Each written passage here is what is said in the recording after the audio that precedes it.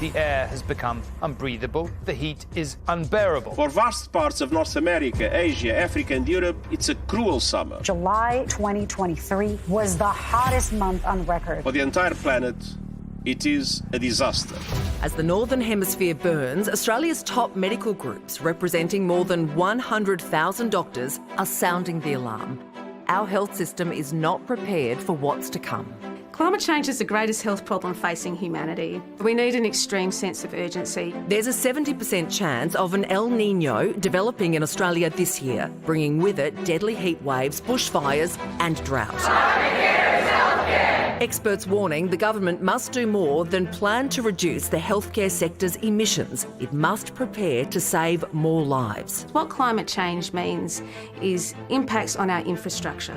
Maybe there's a heat wave, and then there's a fire, and then there's a blackout. All of those things are going to have impacts on our ability to provide healthcare to our patients. Countries around the world are scrambling to find solutions. In Paris, more than 800 cool islands, from forests to museums, have been created, up to 4 degrees colder than their surroundings. People that are doing it tough, it's harder for them to cool down.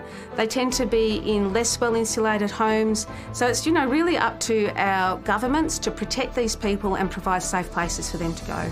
Humans aren't designed to cope with temperatures above 37 degrees. Exposure to excessive heat has wide-ranging impacts for health, often amplifying pre-existing conditions and resulting in premature death and disability. In Europe last summer, more than 61,000 people died from heat stress. Lung diseases, respiratory diseases, cardiovascular diseases and mental health have all been linked with climate change. Globally and in Australia now too, we see displacement because of climate change. We're looking at, the top end of Australia being unlivable. Where do these people go? So in a world where weather records tumble, The era of global boiling has arrived. and climate change ramps up, is Australia ready to keep its cool? If we're not prepared, we're not going to cope and our health system will crumble, and that's going to have big impacts on the health of the people of our country.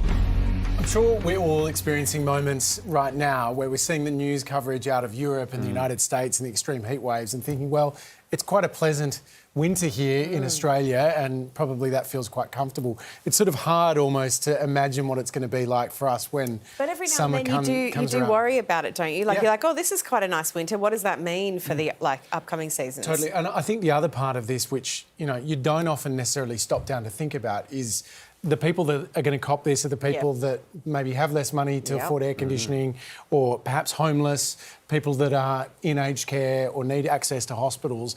They're the ones that are going to cop this first and will be least equipped to be able to respond. Yeah, there's such a responsibility for the government to take care of those groups and to be aware that this is going to happen. Yeah. I myself will just move back in with my parents because their house is always freezing. What's their secret? What's their secret? They just have a really poorly positioned house. Like they don't have the aircon on or anything. It's just an icebox. I mean, you could go to Paris and be in a heat island in a museum True. or Susie's We're not all parents' as rich house. as you, Hamish.